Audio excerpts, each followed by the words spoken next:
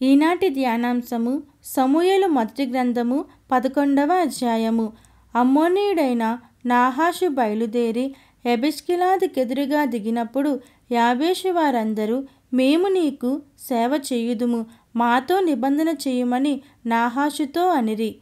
ఇశ్రాయేలందరి మీదికి నింద తెచ్చినట్లు మీ అందరి కుడికన్నులను ఊడదీయుదునని మీతో నేను నిబంధన చేసేదనని అమ్మోనీయుడైన నాహాషు యాబేషు వారి పెద్దలతో చెప్పగా, వారు మేము ఇశ్రాయేలుల సరిహద్దులన్నిటికీ దూతలను పంపుటకై 7 దినముల గడువు మాకిమ్ము, మమ్మను రక్షించుటకు ఎవరునూ లేకపోయిన యెడల మమ్మును మేము నీకప్పగించుకొనదమనిరి. దూతలు సౌలు గిబియాకి వచ్చి జనులకు ఆ వర్తమానము తెలియజెప్పగా జనులందరూ బిగ్గరగా ఏడ్చిరి.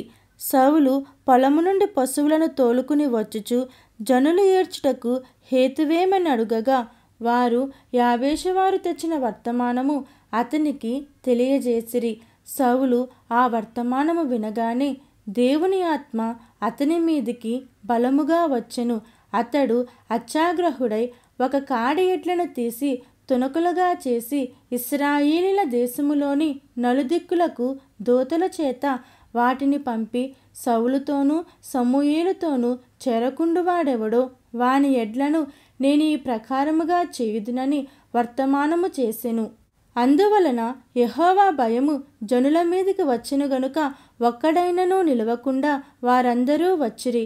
అతడు బేజేకులో వారిని లెక్కపెట్టగా ఇశ్రాయేలు వారు 3 లక్షల మందియు యూదా వారు 30,000 మందియు అయిరి. అప్పుడు రేపు మధ్యాహ్నములోగా మీకు రక్షణ కలుగునని యబెష్గిలాదు వారితో చెప్పుడని వచ్చిన దూతలతో ఆజ్ఞనిచ్చి వారిని పంపివేసెను.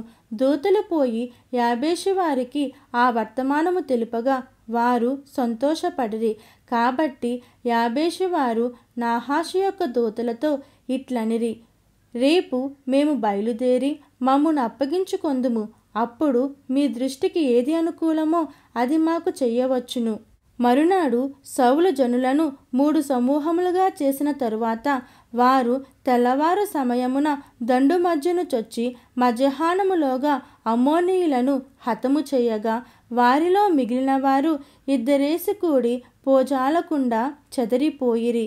జనులు సౌలు మనలను ఏలునా అని అడిగిన వారేరి, మేము వారిని చంపునట్లు ఆ మనుషులను తెప్పించుడని సమూయేలుతో అనగా, సౌలు నేడు యెహోవా ఇశ్రాయేలీలకు రక్షణ కలుగజేసెను గనుక ఈ దినమున ఏ మనిషిని మీరు చంపవద్దనెను.